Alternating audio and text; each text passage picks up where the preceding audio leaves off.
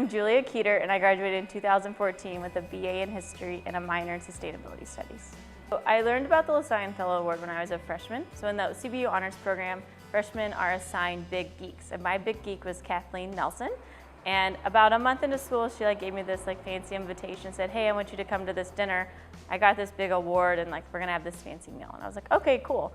And I went to the meal, and several other CBU students that I had met during my first few months on campus were also being honored. And to hear about the great things that they had done in the CBU community and Memphis community really made me think about I want to leave an impact when I leave CBU. And I hope that I could live up to what Kathleen had done. So when I received my call from Karen Biotti saying I was a Lasallian Fellow, I called my mom because I was crying. I was like, this is such an honor, because so many people that I really looked up to on campus had received this award before. So to be told and honored in a way of the people you really look up to on campus was just really meant a lot.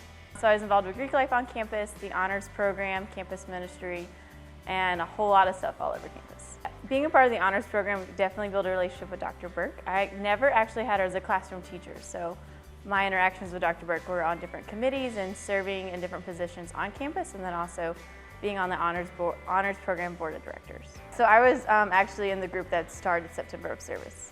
I think we met every week during that summer. Spent a lot of time planning and figuring out how in the world we were going to get to do service every day during the month of September across the Memphis community.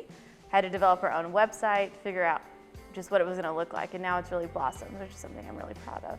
So I learned a lot about just being a servant leader, serving, and a lot of how to program and actually run an organization and a large-scale program on my university's campus, which was really beneficial being in Browning, where I was in charge of an entire program where Lasallian schools from all over the United States come to spend a week at a time to do service on the reservation at De La Salle Blackfeet School.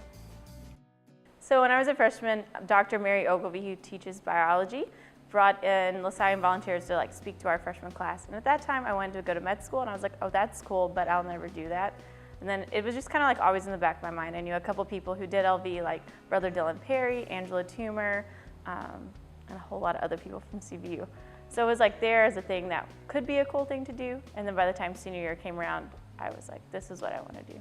I've served as a Lasallian volunteer after graduating. So 2014, 2015, I served in Browning, Montana. We lived on the Blackfeet Reservation, which was 2 hours from your closest Target or your a big movie theater, being able to go out to eat. Things that in Memphis I think we really take for granted when you've got Target, constantly Starbucks, all these wonderful things. But we were really isolated in a lot of ways, so things that are really commonplace were missing. So it really made me focus on things that I can live without in my life to live more simply.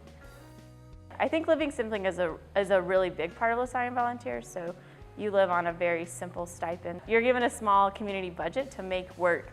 So to feed yourselves, pay bills, keep the heat on. It really makes you think about where your money's going and what you're spending it for.